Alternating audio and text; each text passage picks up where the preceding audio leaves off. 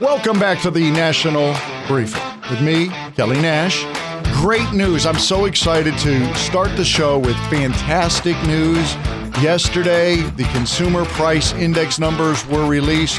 Larry Kudlow was breaking down some of the highlights. Over the past 6 months, while Mr. Trump has been president, the CPI has increased only 1.9% annually.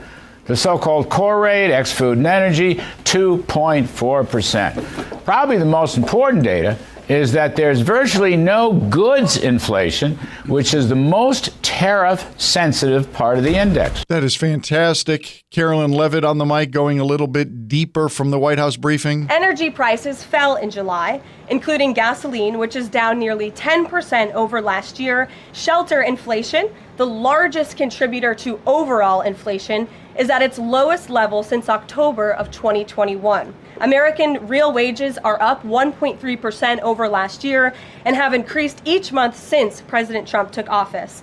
And over at CNN, they were actually shocked. This is their reporter, Vanessa Yurkovich, trying to get her mind around all this good news. Food flat, 0%, and actually down at the grocery store by 0.1%. And then shelter, we always usually see an increase because that is what people are paying on rent. And we know that rents are rising. That is usually the biggest share of this report. So if we could only get a handle on the money that people have to spend on rent, why does rent continue to go up so significantly? Well, and this is not a trick question. It's pretty easy. I can actually say, why does rent go up and give you a name? Jerome Powell. That is why rents go up, because it is too expensive for house manufacturers to continue to keep up pace. They don't. And more importantly, we've talked about it numerous times, until the interest rates come down, people who got interest rates back in or refinanced in the late teens, early 2020s, they're not moving. And so we have a log jam.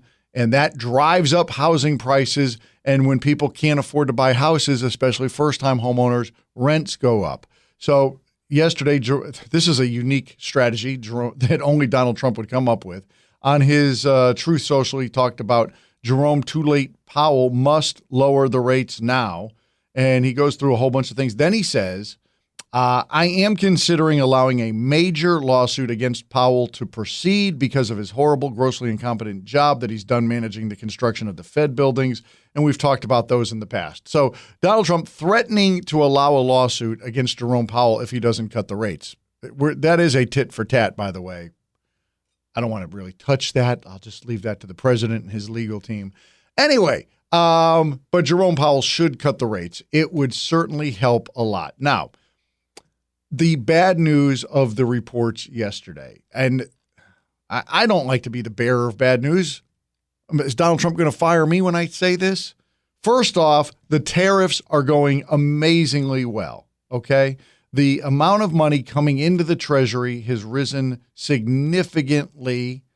What is this, a $21 billion increase? That is fantastic. We're bringing in lots more money. However, when you look at the national debt, it actually continues to grow. So we're not, even with the tariffs, we're not able to keep pace with the spending. So Democrats, you have to start learning how to answer basic questions. And just a quick little thing. This both happened yesterday. That's why I'm playing them back to back. You got the Democrat police chief of D.C. unable to answer a basic question. And then you've got Illinois Representative Delilah Ramirez also unable to answer a basic question. That's what the chain of command is now? What does that mean? What does it mean to you to be an American? For me, being an American is the ability to dream, to love, to have dissent, that is willing to reckon with how we have used colonialism to harm others. Oh my God. And begin to think about and imagine creatively what reparations look like. So being an American to her is we have the ability to think about how we can pay reparations to somebody. Okay. Has no idea how to answer the question. It's also the ability to recognize that we're bad people. Okay, thanks, Delilah Ramirez, Illinois. And the D.C. police chief, what is a chain of command? You're the dang police chief, for God's sake. All right, what is going on with our budget? Well, if you look at federal spending, I know everybody talks about the national debt. Just servicing the debt is the biggest part of the. Now, that is not true. If you were to want it is the second largest expense cut or expense that we have, because everybody said, well, national defense is what we spend the most on. Actually, national defense, about 13% of the annual budget, which is about a little bit more than what we pay on health care, Obamacare. It is less than what we pay on Medicare. And then it's the interest. What we just throw away. And again, if Jerome Powell would cut the interest rates, that would also be a big part of solving that net interest service. But that's 14% of the budget. 22% of the budget, it's not even close, is Social Security. So Democrats, what is a budget cut? They cannot answer that. They don't. That is a basic question. I'll give you three possible solutions, all of which seems to confound the Democrats. Okay, we've had proposals for raising the age at which you can retire. Now, by law, they did raise it from 66 to 67. This was several years back for people who were born after 1960. So if you're born, what if? This is the frustrating part. Social Security was designed basically to pay out for about 2 years, 2 to 3 years. That's kind of what they expected you would live after you retired. But we're now paying out on average 14 years for people. They're living into their 80s now. And I know people say, well, that's not what the median age of an American is. They die at like 76. That's factoring in all of the people who die in their 20s. And that's if you make it through your 20s, then you have right now you're probably going to live into your 80s. So why would you have a retirement age where I got to pay for 14 years? And I know a lot of you are saying, well, I paid into Social Security. I should get it back. Your money was already spent. What you paid into Social Security was already spent on the people behind you.